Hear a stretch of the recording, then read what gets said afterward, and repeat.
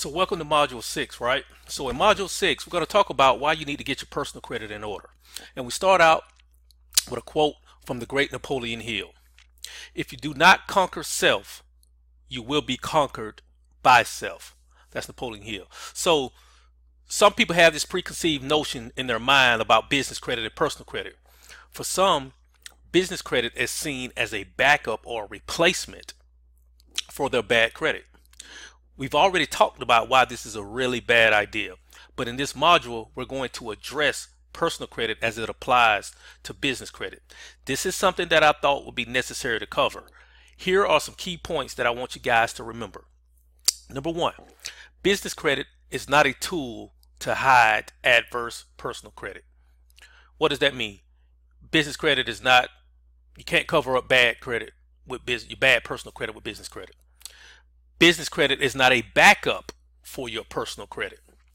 Business credit is not a reason to be careless with your personal credit, which honestly I believe, which I believe that a lot of people really are only trying to build business credit because they have bad personal credit and they don't want to address that, so they see business credit as an out. And business credit is not a solution in itself to your personal credit problems, right? So these two types of credit, business credit and personal credit, should be seen as two different types of credit, and you should make every effort to not cross mix each of the two. So why does personal credit matter? It matters for various reasons, but personal credit still matters when you're building business credit, because with good personal credit, your credit will be available for providing personal guarantees when necessary for building business credit, right? Only when necessary. Eventually, you will be able to get business loans and line of credits without a personal guarantee, but in the beginning, to accelerate the process and to really get it moving, a personal guarantee may be the best option for you.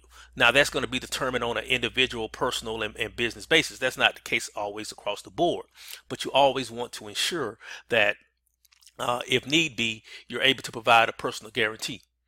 So banks typically are going to do a personal credit check on the owner, all the owners of the business, before loaning them money, right? Even if they're loaning it to them in the business name.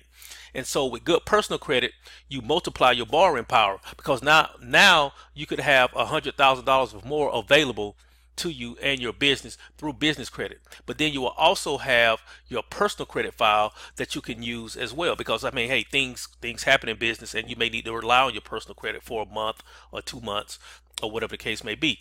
And so having good personal credit provides a better layer of protection.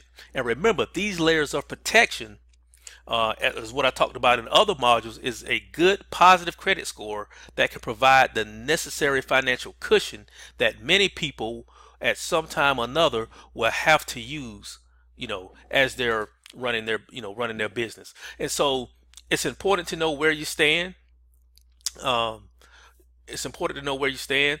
And so, pull your credit report. If you want to get your true FICO scores, you have to go to myfico.com. The scores there are very expensive, but they are using a FICO model. I actually recommend annualcreditreport.com if you haven't got your free report, because everyone is entitled to one free report a year. But you really should have some type of personal credit monitoring. And for personal credit monitoring, I recommend www.identityiqmember.com.